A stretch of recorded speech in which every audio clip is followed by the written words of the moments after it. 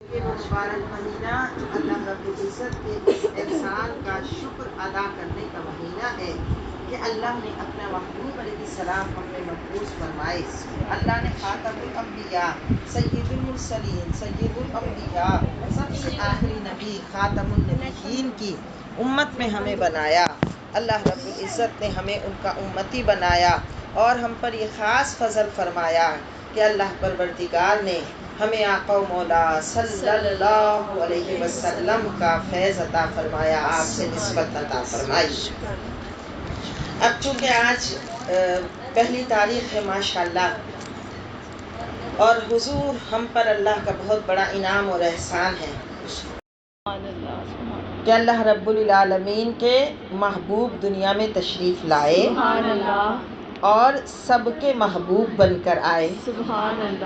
عنایت کا کہ جب وہ تشریف لائے تو ان کی عنایات، ان کی بھی عنایات اور ان کے رب کی عنایات کے پھول ہماری جھولیوں میں آ گرے. عطا کا کہ میرے آقا و مولا صلی اللہ علیہ وسلم اللہ کی بہت بڑی عطا ہے. میرے آقا صلی اللہ علیہ وسلم کی برکت سے ہم پر ساری عطائیں ہیں.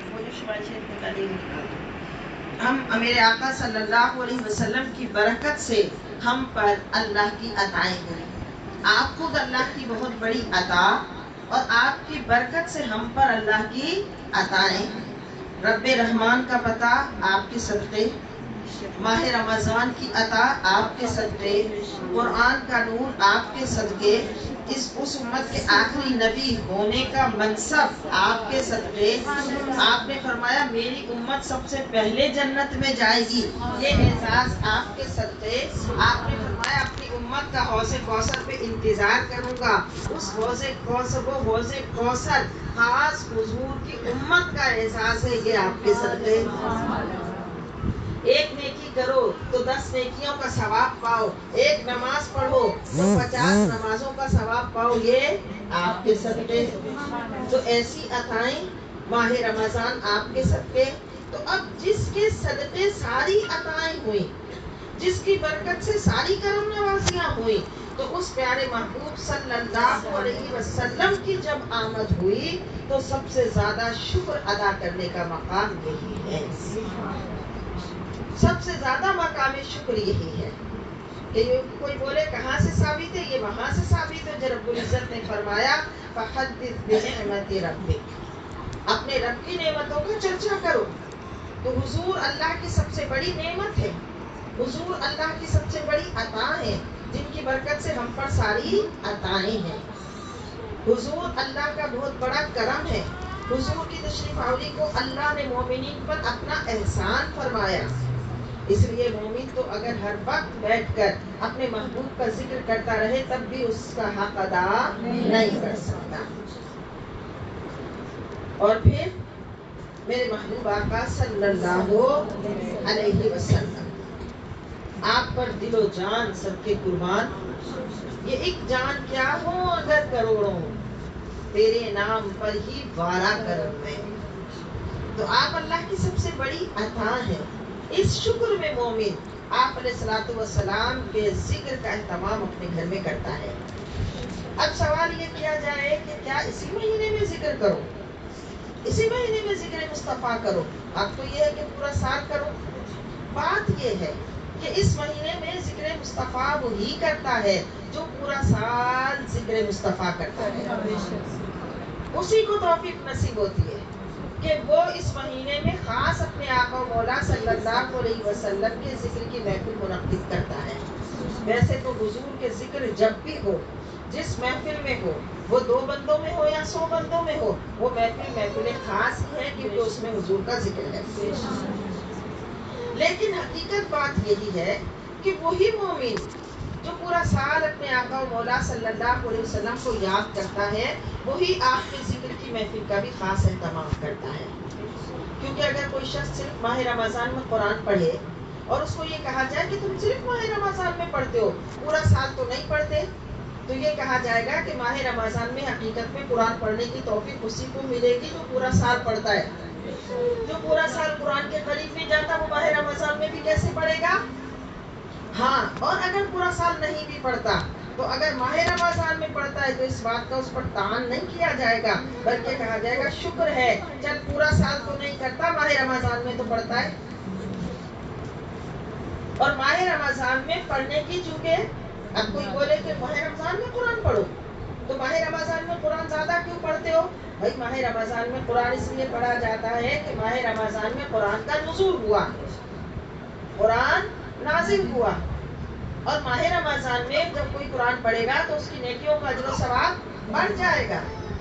تو جو پورا سال حضور کا ذکر کرتا ہے اور پورا سال اجر و ثواب کماتا ہے، ماہ میلاد میں جب وہ حضور کا ذکر کرتا ہے تو آپ کے ذکر کرنے کا اہتمام بڑھ جاتا ہے، اجر و ثواب بڑھ جاتا ہے، محبت کا مقام بڑھ جاتا ہے، اور مقام شکر زیادہ ہو جاتا ہے، اور سر رب کی بارگاہ میں جھک جاتا ہے، مولا تیرا شکر ہے کہ تو نے مجھے اپنے محبوب کا امتی کیا، اور اس مہینے میں اللہ تو نے اپنا محبوب ہم پر انعام کیا۔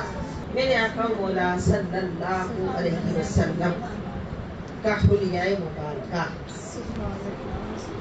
جو حضرت شمائل شریف میں حضرت امام ترمذی رحمۃ اللہ علیہ نے بیان کیا، اور مختلف صحابہ اس کے راوی ہیں، کہ آپ علیہ الصلوۃ والسلام کے حسن کو، آپ کے زلف مبارکہ کی کیفیت کو، آپ کے چہرے اقدس کے حسن کو صحابہ بیان کیا کرتے تھے۔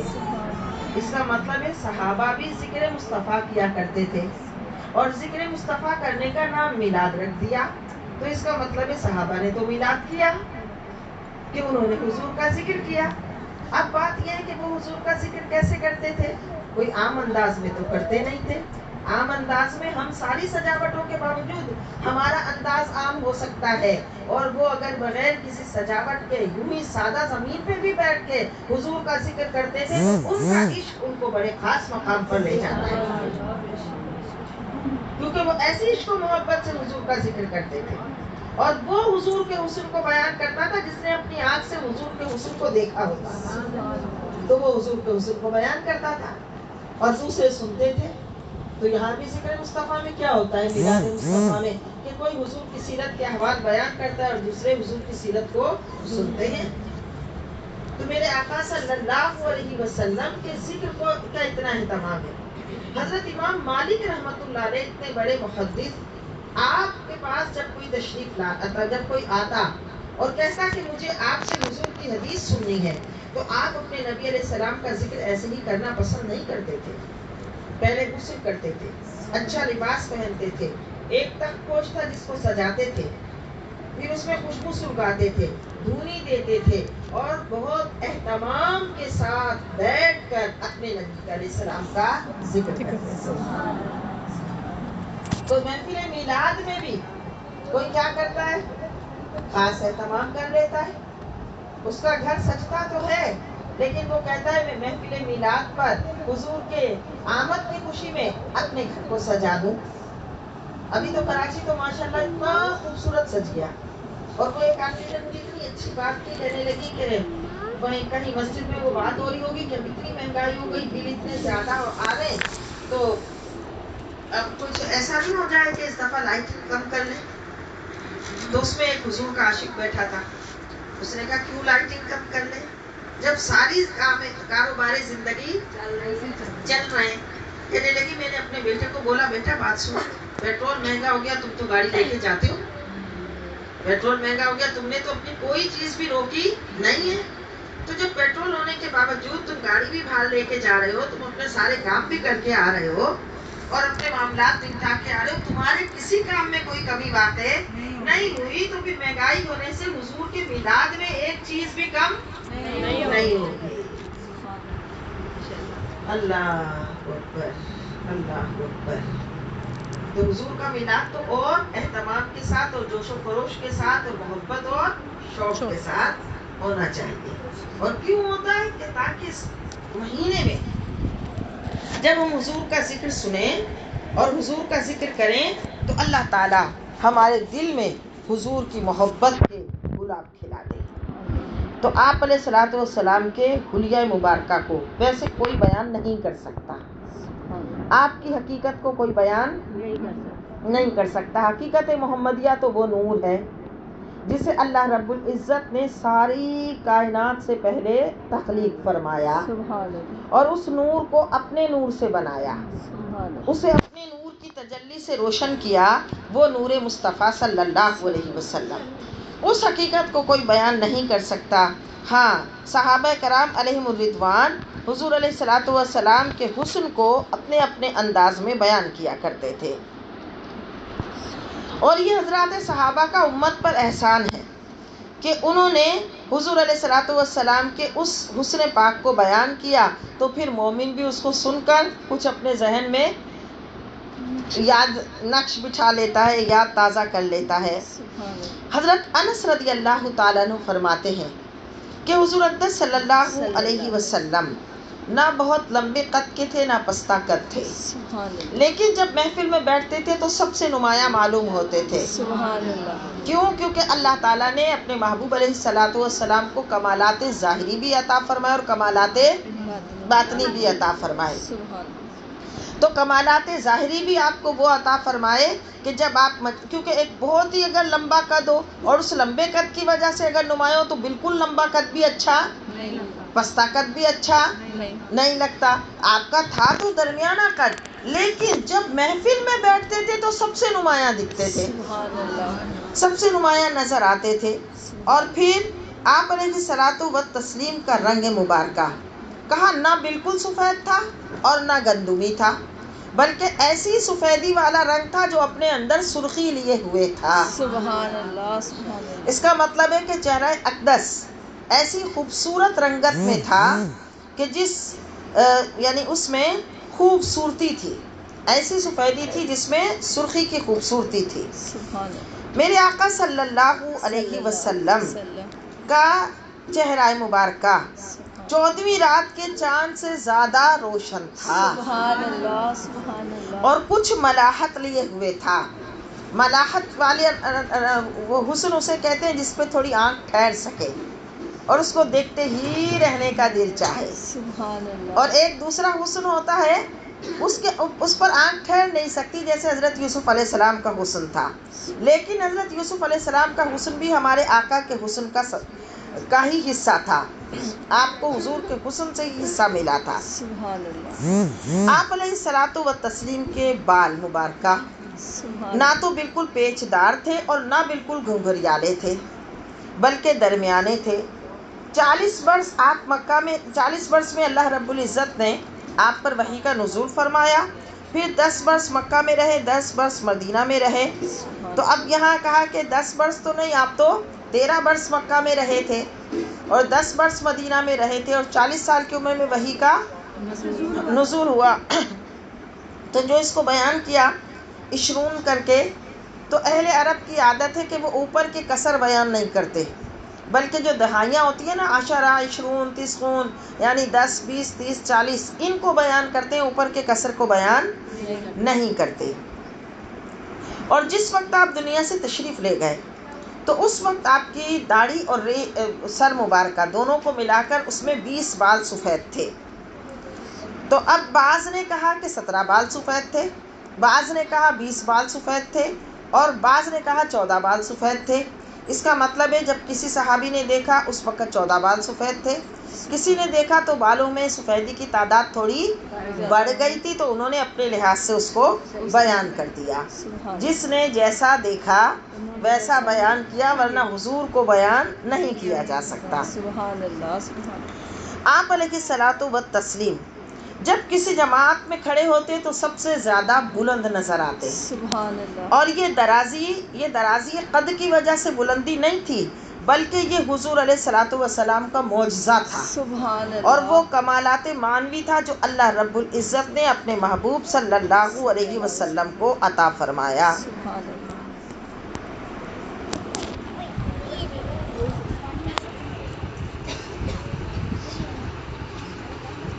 اعلیٰ حضرت اس کو کیسے بیان کرتے ہیں؟ اعلیٰ حضرت کہتے ہیں رخ انور کی تجلی جو قمر نے دیکھی، رخ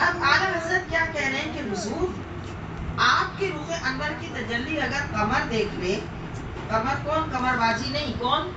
چاند، وہ دیکھ لے تو حضور وہ تو آپ کے پاؤں کے نشان پر بوسے ہی لیتا رہ جائے۔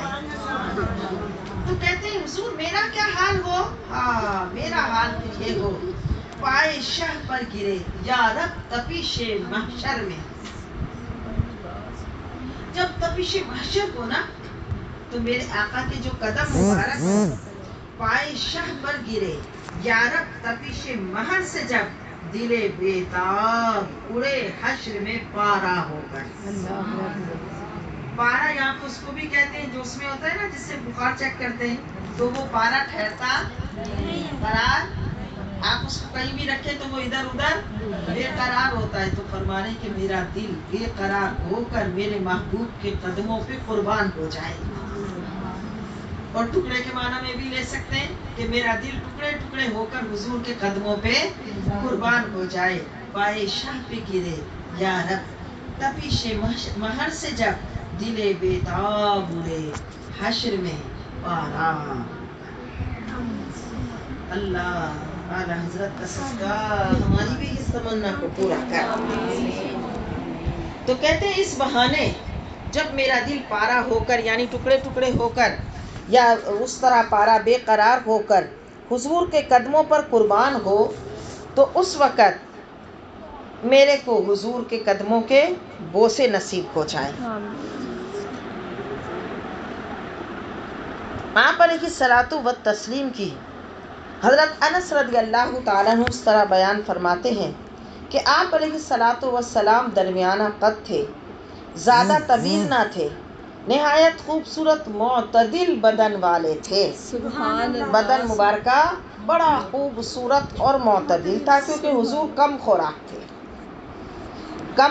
تھے، بہت پیٹ بھر کے حضور نے کبھی کھانا تناول نہیں فرمایا، اور یہی کہا تھا کہ میرے بعد جو بدعت جاری ہوگی وہ یہی ہوگی۔ یعنی کہا جاتا تھا کہ پیٹ بھر کے کھائیں گے لوگ، تو پھر حیرت سے پوچھا جاتا تھا ہیں پیٹ بھر کے کھائیں گے؟ اب یہ کیا پتا تھا کہ اتنا پیٹ بھر کے کھائیں گے کہ اوور ایٹنگ کریں گے۔ تو حضور علیہ الصلاۃ والتسلیم اوور ایٹنگ کر کے پھر نہیں، اس کو ٹھیک کرنے کی کوشش کریں گے، پھر جم جائیں گے، ایکسرسائز کریں گے، حالانکہ نماز سب سے بہترین ایکسرسائز ہے۔ خوبصورت معتدل بدن والے تھے۔ آپ کے بال نہ تو بالکل پیچیدہ تھے، یعنی نہ بالکل گھنگریالے تھے اور نہ بالکل سیدھے تھے۔ آپ کی جو زلف پاک تھی وہ ایسی خوبصورت تھی، اور آپ گندمی رنگ میں تھے، اور جب چلتے تھے تو آگے کو جھک کر چلتے تھے۔ اب جو آگے کو جھک کر چلتے تھے تو اس سے مراد یہ کہ یعنی آپ کی چال بڑی قوی تھی، چال میں سستی نہیں تھی، کیونکہ آپ سستی اور کمزوری کو پسند نہیں فرماتے تھے، آپ فرماتے تھے اللہ کے ہاں اللہ کو قوی مومن پسند ہے۔ اب قوی مومن کون؟ بوڑھا ہو کر بھی دل اتنا مضبوط ہو، بوڑھا ہو کر بھی اللہ کی اطاعت اور عبادت میں مشغول ہو۔ قوی مومن سے مراد موٹا تازہ نہیں، بلکہ وہ قوی مومن وہ ہوتا ہے جو بوڑھا بھی ہو جائے لیکن اللہ کی عبادت میں بڑا چاق و چوبند اور چست ہو، وہ ہے مومن۔ اس لیے فرمایا مومن کبھی بوڑھا نہیں ہوتا، جیسے شاہ صاحب جیسے ماشاء اللہ اللہ غربت سے بچا، مومن کبھی بوڑھا نہیں ہوتا، کیونکہ مومن اللہ کے ذکر فکر کے لیے، اللہ کی اطاعت کے لیے، اللہ کی بندگی کے لیے چاق و چوبند اور چست رہتا ہے، بلکہ بڑھاپے میں اس میں اور مضبوطی آ جاتی ہے، استقلال ہو جاتا ہے، استقامت نصیب ہو جاتی ہے، لیکن وہ تو تب ہوگی نا جب جوانی سے عادت ہوگی۔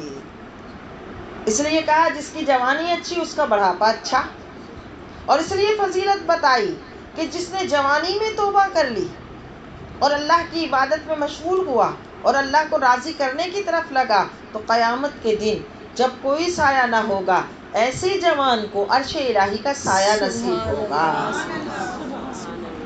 اور جوانی میں کی گئی عبادت بڑھاپے میں کی گئی عبادت سے افضل ہے.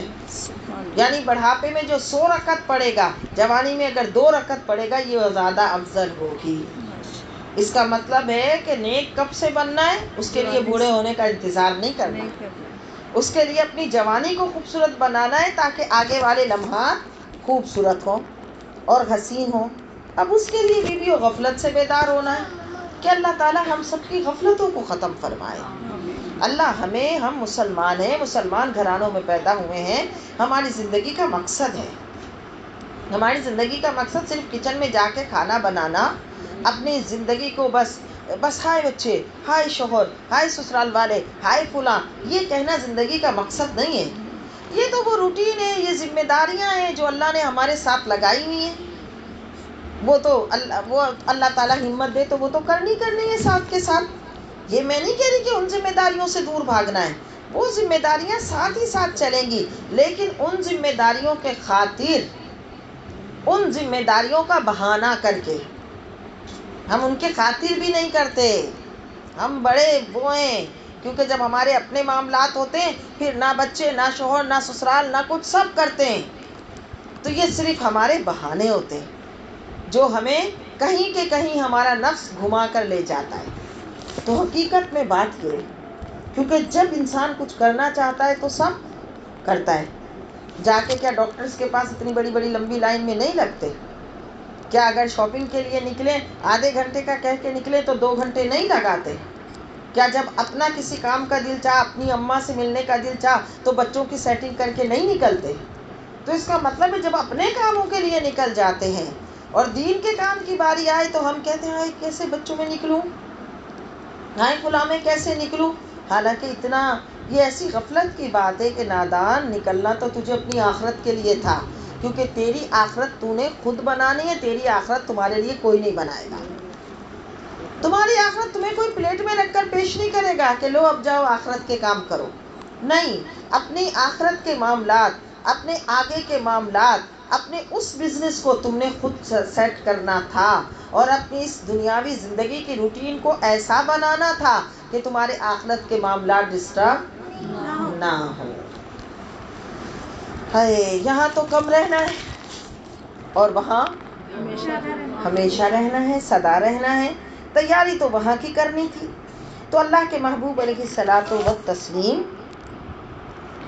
آپ کا رنگ مبارکہ گندمی تھا، بال مبارکہ کبھی کانوں کی لو تک ہوتے، کبھی کانوں کے یہاں تک ہوتے تھے، کبھی نصف کانوں تک ہوتے تھے، کبھی کانوں کی لو تک، اور کبھی اتنے ہوتے تھے کہ یہ گردن کی ہڈی کو چھو لیتے تھے، اور کبھی حلق کرواتے تھے جب حج و عمرہ کا موقع ہوتا تھا. تو آپ علیہ الصلوۃ والسلام کے اب یہ آپ کے بالوں کی کیفیت کو بھی صحابہ نے بیان کیا. اور کسی صحابی نے دیکھا کہ حضور کے بال مبارکہ ان دنوں نصف کانوں تک ہے تو انہوں نے اس روایت کو بیان کیا. دیکھو اللہ تعالیٰ نے اپنے محبوب کی ہر کیفیت کو بیان کروایا تاکہ وہ لوگوں کو یاد رہے، لوگوں کو ذہن نشین رہے کہ میرے محبوب کی ایک ایک ادا کیسی تھی. آپ علیہ الصلوۃ والسلام عورتوں کی چال نہیں چلتے تھے، یعنی سستی سے نہیں چلتے تھے، پاؤں گھسیٹ کے بھی نہیں چلتے تھے، بلکہ میرے آقا صلی اللہ علیہ وسلم ایسے مضبوطی سے قدم جما کر چلتے تھے گویا آگے کی جانب جھکاؤ ہوتا تھا، اس لیے کہ تاکہ چال میں سستی نہ پائی جائے. حضرت برا بن عازب رضی اللہ تعالیٰ عنہ فرماتے ہیں کہ آپ علیہ الصلوۃ والسلام درمیانہ قد تھے اور آپ کے دونوں کاندھوں کے درمیان مہر نبوت تھی. دونوں کاندھوں کے درمیان بائیں کاندھے کے قریب کو مہر نبوت تھی. ابھی میں صبح کراچی سے آ رہی ہوں تو الحمدللہ 9 بجے بچیوں کو پڑھانے کے لیے بیٹھ گئی تھی. 10 بجے مجھے نکلنا تھا تو 8:45 سے تقریباً 10 بجے تک میں بچیوں کو یہی شمائل شریف پڑھا کر آئی ہوں. اور شمائل شریف یہی ہے جو حضور کے اس کا ذکر تھا. تو اس دن حضور کے ساری وہ حسن کا بیان تھا اور آج الحمدللہ مہر نبوت کا بیان تھا. تو مہر نبوت کیسی تھی؟ جو دونوں کاندھوں کے درمیان تھی اور وہ ایک ایسا ابھرا ہوا گوشت کا حصہ تھا جو جسے بعض صحابہ نے کہا یا تو وہ مرغی کے انڈے کی طرح تھا، بعض نے کہا جیسے مٹھی بند کریں تو اس طرح تھا، اور وہ ایسا خوبصورت کوئی حصہ تھا جو ختم نبوت، خاتم، مہر نبوت کے طور پر اللہ نے آپ کو عطا کیا تھا، جو آپ کے خاتم النبیین ہونے کی علامت تھا۔ اور کیا وہ صحابیہ تھیں! کہا کہ ام خالد چھوٹی تھی، بچی، وہ آئیں کسی کے ساتھ حضور کی بارگاہ میں، تو حضور کے پاس ایک چھوٹی چادر تھی، چھوٹی تو اس کو نہیں بولیں گے، بڑی خوبصورت پھولدار چادر تھی۔ آپ نے فرمایا کہ ام خالد کو لاؤ۔ جب ان کو لایا گیا تو آپ نے وہ چادر ان پر ڈال دی، ان کو پہنا دی اور فرمایا اس کو خوب پرانا کرو، اس کو۔ اب اس سے مراد کیا ہوتی ہے؟ درازی عمر۔ جب کسی کو لباس دیا جائے اور اس کو یہ کہا جائے تم اسے خوب پہنو، تو مراد یہ ہوتی ہے درازی عمر، یہ ایک دعا ہوتی ہے۔ تو آپ علیہ الصلوۃ والسلام نے یہ ارشاد فرمایا۔ اچھا، بچی تھی، کھیلتی کھیلتی حضور کی پشت مبارکہ کی طرف چلی گئی، اور جا کر جو حضور کی مہر نبوت کو تھی اس کو ہاتھ سے چھو رہی تھی، تو جو ان کے ساتھ تھے وہ ان کو روک رہے تھے، حضور نے فرمایا کھیلنے دو۔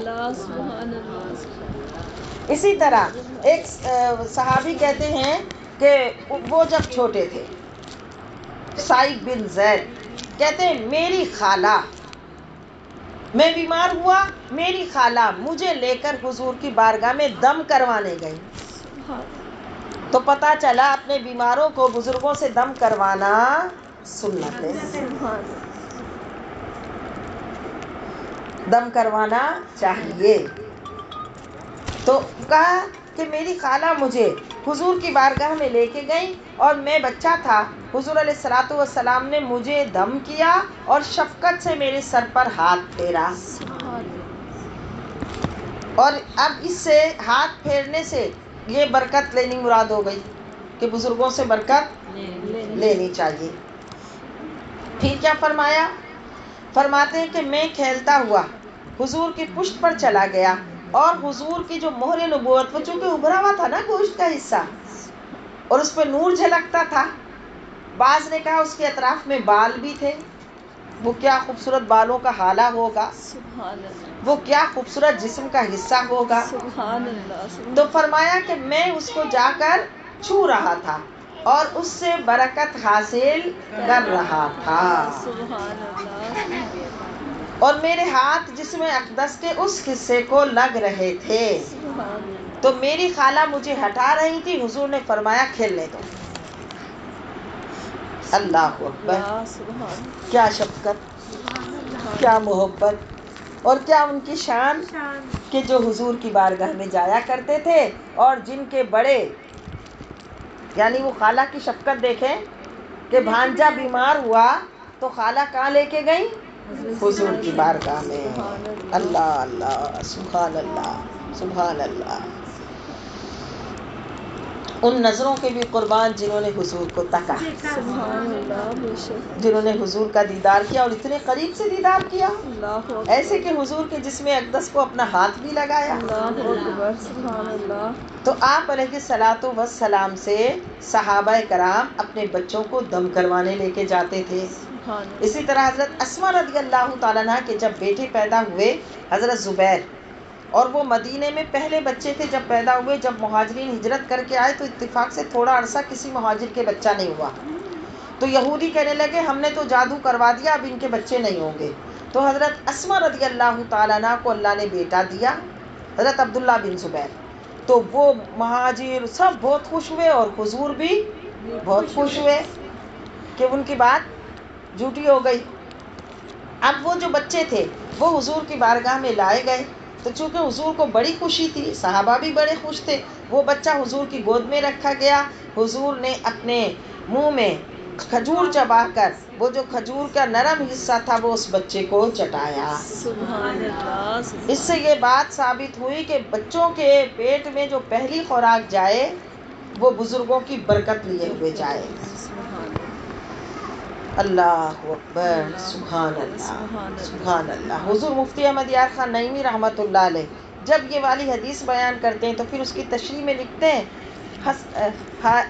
واہ کیا وہ خوش نصیب لوگ تھے کہ جنہیں حضور کی بارگاہ میں لے جایا جاتا تھا. یہ لکھ کے فرماتے ہم تو مدینے کی گلیوں کو بھی ترستے. عشق کی بات اللہ.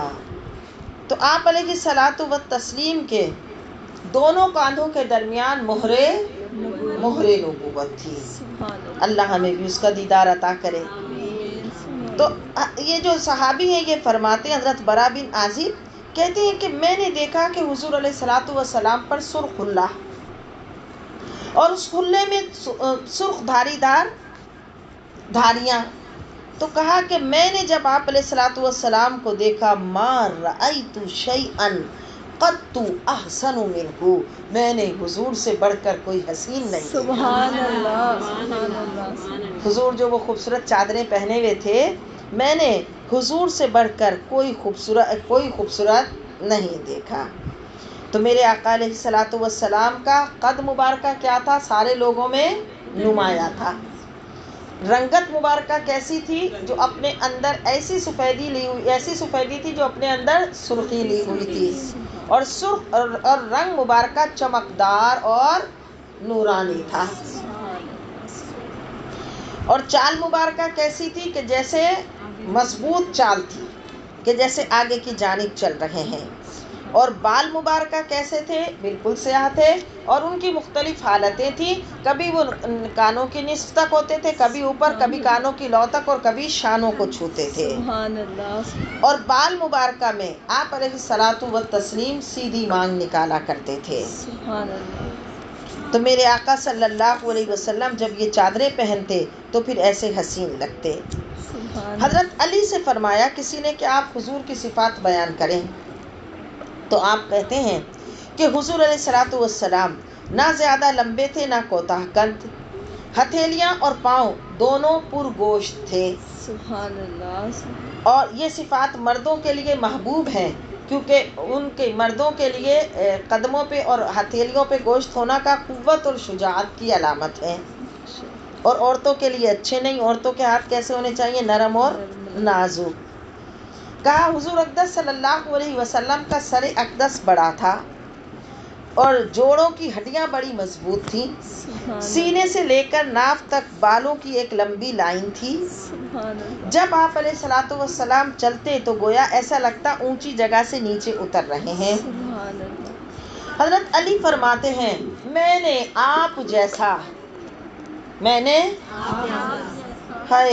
آپ جیسا حضور سے پہلے نہ دیکھا نہ بعد میں دیکھا. سبحان اللہ. تو یہ جو صحابہ حضور کے اوصاف بیان کرتے ہیں یہ مبالغہ نہیں تھے.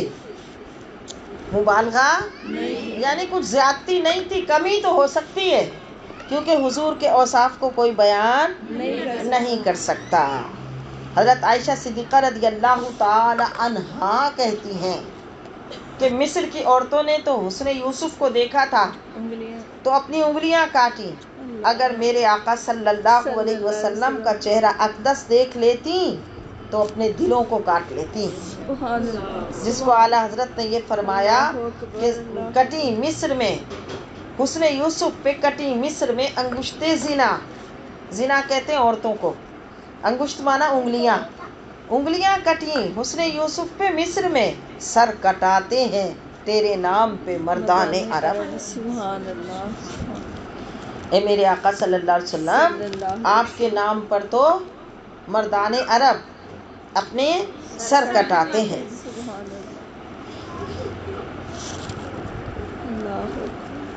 حضرت ابراہیم بن محمد جو حضرت علی کی اولاد سے ہیں اور ان کے پوتے ہیں وہ فرماتے ہیں کہ حضرت علی جب حضور اقدس صلی اللہ علیہ وسلم کا حلیہ مبارکہ بیان کرتے.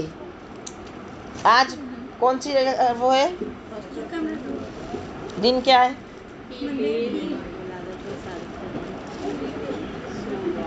عائشہ شاہدہ باجی جیت جاتے ہیں ماشاء اللہ. پیر اور یکم ربیع الاول. سبحان اللہ. اللہ آپ کی اس کوشش کو کاوش کو کہ آپ یکم ربیع الاول کو حضور کے چاہنے والوں کے دل میں حضور کی محبت کو پیدا کرنے کا سبب بنتی ہیں. ہے یا رسول اللہ. سن کیا رہے؟ حضور کا حلیہ پاک، حضور کے حسن کا بیان. کیا سننا ہے؟ حضور کے حسن کا بیان. آہا. صبح طیبہ میں ہوئی صدقہ لینے نور کا، آیا ہے تارا نور کا. آقا میں گدا بھر دے پیالہ. تو بھائی ہم بھی گدا آئے. 12ویں کے چاند کا مجرا تھا سجدہ نور کا. تو حضور پھر میں گدا تو بھر دے پیالہ نور کا. میں گدا اے بادشاہ تیری بارگاہ میں آ گیا ہوں. اب میرے پیالے کو کس سے بھر دے؟ نور سے بھر دے. پڑھے سارے. میں گدا تو بادشاہ بھر دے پیالہ نور کا. میں گدا تو بادشاہ بھر دے پیالہ نور کا. میں گدا تو بادشاہ بھر دے پیالہ نور کا. میں گدا تو بادشاہ بھر دے پیالہ نور کا. ایسا پیالہ نور کا بھرے کہ جو حضور کا حسن کو سن رہے ہیں وہ حسن والا آقا اپنا دیدار کراتا.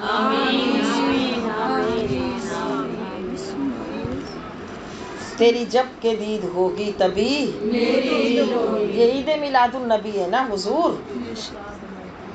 یہ عید میلاد النبی ہے. میلاد کا معنی پیدا ہونا، نبی کے پیدا ہونے کی خوشی. تو حضور یہ خوشی تو پھر اسی وقت دوبالا ہوگی جب اپنا نور والا چہرہ ہمیں. تو حضرت علی فرماتے ہیں کہ آپ کا چہرہ اقدس بالکل گول بھی نہیں تھا لیکن گولائی لیے ہوئے تھا. آپ فرماتے ہیں کہ آپ کا قد مبارکہ بالکل لمبا نہیں تھا لیکن نمایاں تھا. فرماتے ہیں جوڑوں کے ملنے کی ہڈیاں بڑی مضبوط تھیں، مونڈوں کے درمیان مہر نبوت تھی، اور آپ کے بدن مبارکہ پر زیادہ بال نہیں تھے. ہاں بدن کے خاص خاص حصوں پر جیسے بازو اور پنڈلیوں پر بال تھے، اور سینے سے لے کر ناف تک بالوں کی ایک لمبی لائن تھی. جب کسی کی طرف جب کسی کی طرف توجہ فرماتے تو پوری فرماتے. یا رسول اللہ صلی اللہ علیہ وسلم. پڑھو الصلاۃ والسلام.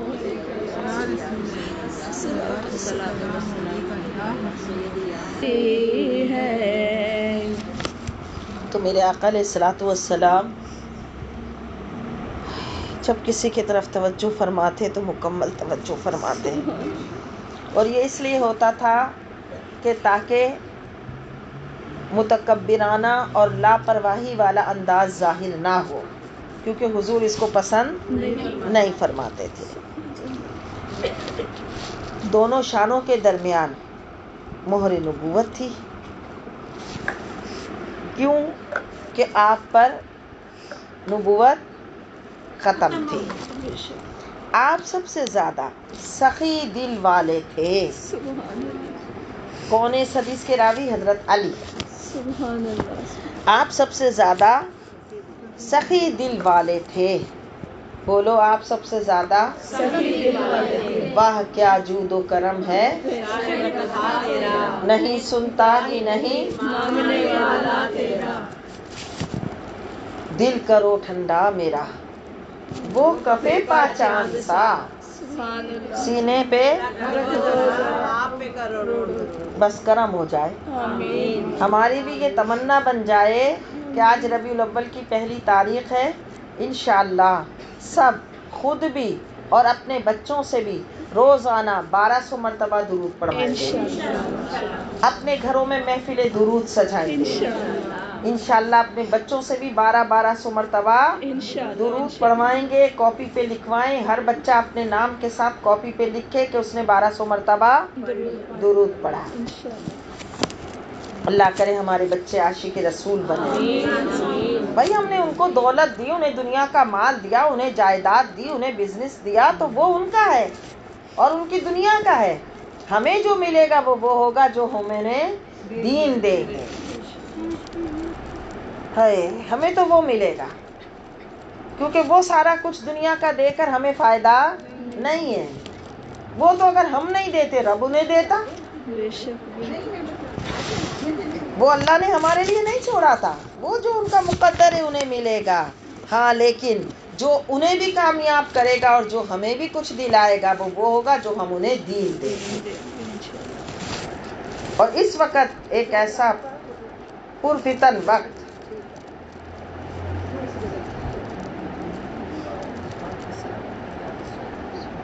کہ ایسے فتنے نمودار ہو رہے ہیں، صبح فتنہ تو شام فتنہ، اسکول، کالج اور یونیورسٹی کو تو گناہوں کا گھر بنا دیا،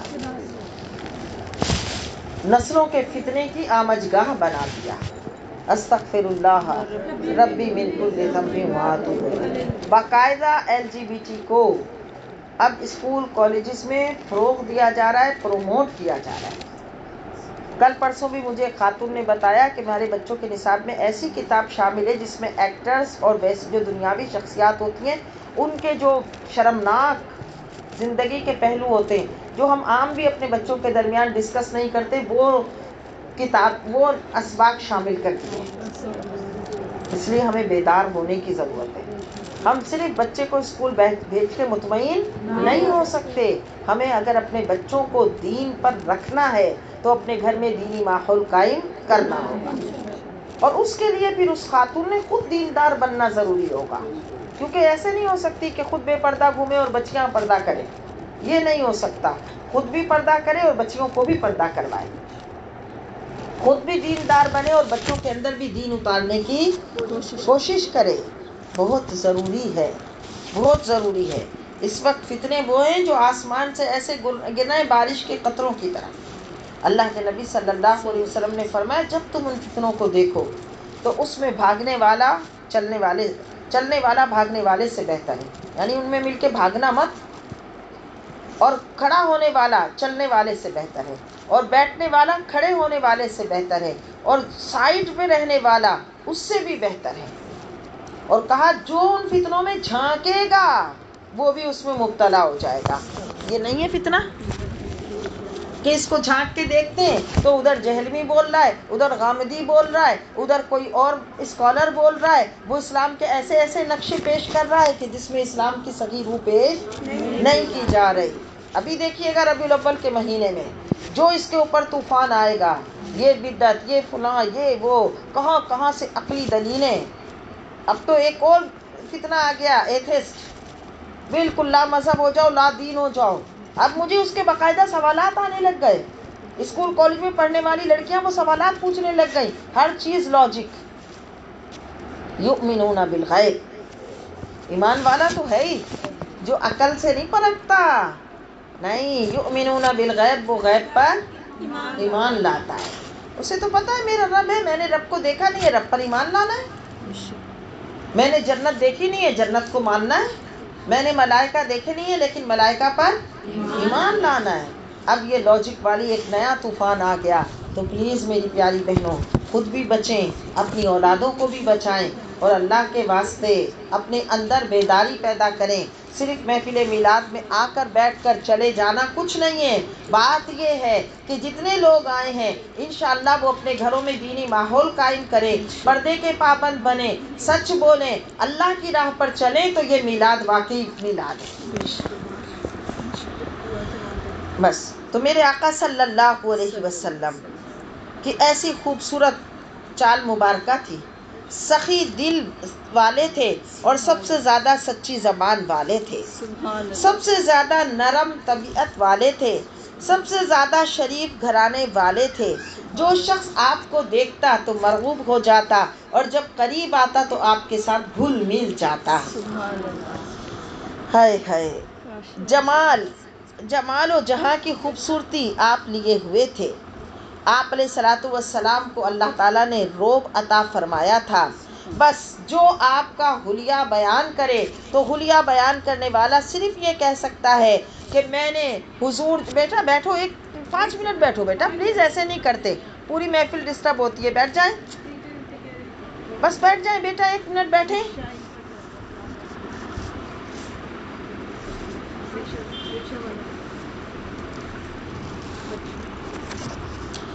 حضور علیہ الصلوۃ والسلام صاحب جمال و با کمال نہ حضور سے پہلے دیکھا اور نہ حضور کے بعد دیکھا. سبحان اللہ، سبحان اللہ.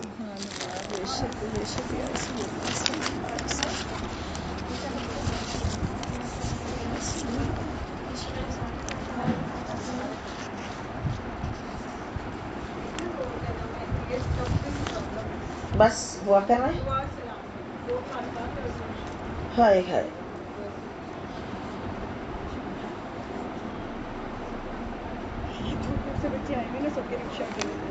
تو سرکار دو عالم نور مجسم صلی اللہ علیہ وسلم کے رخسار منور کی چمک اور رونق ایسی پیاری ہے، کہا میں وہ شاعر نہیں جو چاند کہہ دوں ان کے چہرے کو، میں ان کے نقش کف پا پہ چاند کو قربان کرتا ہوں. محبت کا عنایت کا عطا کا چاند نکلا ہے، محبت کا عنایت کا عطا کا چاند نکلا. اور اعلیٰ حضرت کیا فرماتے ہیں گیسوئے پاک کے بارے میں؟ چمن طیبہ میں سنبل جو سنوارے گیسو. سبحان اللہ. کہ جب میرے حضور اپنے بال مبارکہ میں کنگھا فرماتے تھے، حور بڑھ کر شکن ناز پہ وارے گیسو. کہ اس بال مبارکہ پہ جو پڑنے والی شکن ہے نا، وہ جو الجھ جاتی ہے، تو میرے حضور کی زلف مبارکہ پہ جو الجھتی ہے، الجھ کر وہ جو شکن آتی ہے، اس پر حور بڑھ کر اپنے گیسو وارتی ہے. سبحان اللہ، سبحان اللہ. ہائے ہائے ہائے، سبحان اللہ. ہم سیاہ کاروں پہ یارب تپیش محشر میں، ہم یارب تپیش محشر میں. سیاہ کار مینس گناہگار. شاباش. ہم سیاہ کاروں پہ یارب تپیش محشر میں، ہم یارب تپیش محشر میں سایہ افغن ہو. آمین آمین. سایہ افغن ہو تیرے پیارے کے پیارے کے. آمین آمین. سایہ افغن ہو تیرے پیارے کے پیارے. یارب ہم سیاہ کاروں پہ یارب تپیش محشر میں، ہم سایہ افغن ہو، سایہ کریں تیرے پیارے کے. سبحان اللہ، سبحان اللہ. ہم سیاہ کاروں پہ یارب تپیش محشر میں. بولے سارے. ہم سیاہ کاروں پہ سایہ افغن ہو تیرے پیارے کے پیارے جیسے. ہم سیاہ کاروں پہ یارب تپیش محشر میں سایہ افغن ہو تیرے پیارے کے. اور یہ ہمیں سب سکھایا ہمارے سیدی اعلیٰ حضرت نے. یہ صدقہ ہے عرب کے جگمگاتے چاند کا، یہ صدقہ ہے عرب کے جگمگاتے چاند کا. نام روشن جس نے احمد رضا تمہارا کر دیا. ہائے ہائے. وہ احمد رضا جس نے ہمیں حضور سے عشق کرنا سکھایا، وہ اعلیٰ حضرت جنہوں نے ایسے پیارے اشعار کے ذریعے ہمیں حضور کے حسن کو ہمارے سامنے بیان فرمایا. پھر وہ کیا کہتے ہیں؟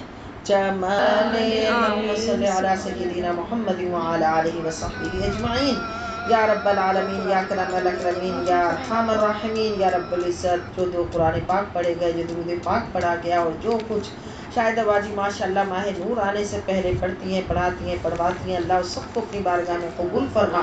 بارگاہ اقدس صلی اللہ علیہ وسلم میں پیش کرتے ہیں، قبولیت عطا فرما. اپنی تمام پیاری اماں جان امہات المؤمنین رضی اللہ تعالیٰ عنہ کی بارگاہ میں پیش کرتے ہیں، قبول فرما. تمام صحابہ کرام علیہم الرضوان کی بارگاہ میں پیش کرتے ہیں، قبول فرما. اللہ میری پیاری سیدہ فاطمہ طیبہ طاہرہ اور حسنین کریمین رضی اللہ تعالیٰ عنہ اور شہداء کربلا کی بارگاہ میں پیش کرتے ہیں، قبول فرما. تمام ائمہ مجتہدین خصوصاً امام اعظم ابو حنیفہ رحمۃ اللہ علیہ کی بارگاہ میں پیش کرتے ہیں، قبول فرما. اے اللہ میرے پیارے تمام غوث کتب ابدال اولیاء اللہ حضور غوث پاک سید اعلی حضرت حضور صدر الشریعہ تاج الشریعہ حضور مفتی اعظم حضور حافظ ملت تمام پیاروں کی بارگاہ میں پیش کرتے ہیں، قبول فرما. حضرت سید ایوب علی رضوی رحمۃ اللہ علیہ کی بارگاہ میں پیش کرتے ہیں، قبول فرما. سید قنات علی کی بارگاہ میں پیش کرتے ہیں، قبول فرما. اے مولا ہمارے حضرت طاہر بندگی رحمۃ اللہ علیہ بٹالہ شریف کے بزرگ اور تمام پیاروں کی بارگاہ میں، اور ہمارے پیارے حضور سیدی داتا گنج بخش رحمۃ اللہ علیہ کی بارگاہ میں پیش کرتے ہیں، قبول فرما. اور مالک ان بارگاہوں سے برکتیں سمیٹتے ہوئے، قبولیت کی مہر لگواتے ہوئے، شاہدہ باجی کے جتنے آبا ماں باپ بھائی بہنوں میں سے اور آبا میں سے جتنے لوگ اس دنیا سے گزر گئے، ان سب کی روحوں کو اس کا ثواب پہنچاتے ہیں. اے مالک و مولا جتنے اہل محفل ان کے والدین میں سے جو دنیا سے گزر گئے، ان کی روحوں کو اس کا ثواب پہنچاتے ہیں. اے پروردگار یا اللہ محفل سجانے والے کی دعا کو بھی قبول فرما. آنے والوں کی حاجتوں کو بھی پورا فرما. سب کی مشکل پریشانیوں کو دور فرما. سب کی نیک تمناؤں کو پورا فرما. بیماروں کو شفا کاملہ عطا فرما. بے اولادوں کو اولاد صالح عطا فرما. سب کے غموں کو دور فرما. سب کی حاجتوں کو پورا فرما. سب کے سوالوں کو پورا فرما. اللہ ہمیں ہر قسم کے فتنوں سے بچا. ہر قسم کے فتنوں سے ہماری حفاظت فرما. اللہ ہماری جانی اور مالی حفاظت فرما. ہمارے عقائد کی حفاظت فرما. عشق مصطفیٰ پر استقامت عطا فرما. عشق مصطفیٰ سے ہمیں مالا مال فرما. ہمارے سینوں کو حضور کے عشق سے منور فرما. علم و عمل کی دولتیں عطا فرما. علم حاصل کرنے کا جذبہ عطا فرما. عمل کرنے کی قوت کو بڑھا. اے مالک چہروں کو منور فرما. قبروں کو منور فرما. حشر کے دن ہمیں نورانی چہروں کے ساتھ اٹھا اور منور چہروں کے ساتھ ہمارا حشر فرما. اے رب العزت ہمارے دلوں کو روشن فرما. ہمارے گھروں کو روشن فرما. ہماری نسلوں کو عشق مصطفیٰ کی روشنی سے منور فرما. اے پروردگار اے مالک و مولا یا ارحم الراحمین جتنے لوگ اس محفل میں آئے، جنہوں نے محفل سجائی، اللہ ہم سب کی دنیا اور آخرت کی تمام حاجتوں کو پورا فرما. دونوں جہاں میں نعمت سعادت خوشیاں اور برکتیں عطا فرما. اے مالک و مولا یا ارحم الراحمین ہمارے گھروں کو ہمیشہ ذکر میلاد مصطفیٰ سے سجا. ہمارے دلوں کو عشق مصطفیٰ سے سجا. ہماری قبور کو دیدار مصطفیٰ سے سجا. اور حشر کے دن ہمارے آقا علیہ الصلوۃ والسلام کے ساتھ حشر فرما. اللہ ہماری ہمارے والدین بھائی بہن رشتہ دار پڑوسی تمام مسلمان مرد عورتوں کی مغفرت فرما. صلی اللہ تعالی علی حبیبہ خیر خلقہ محمد وعلی آلہ وصحبہ اجمعین.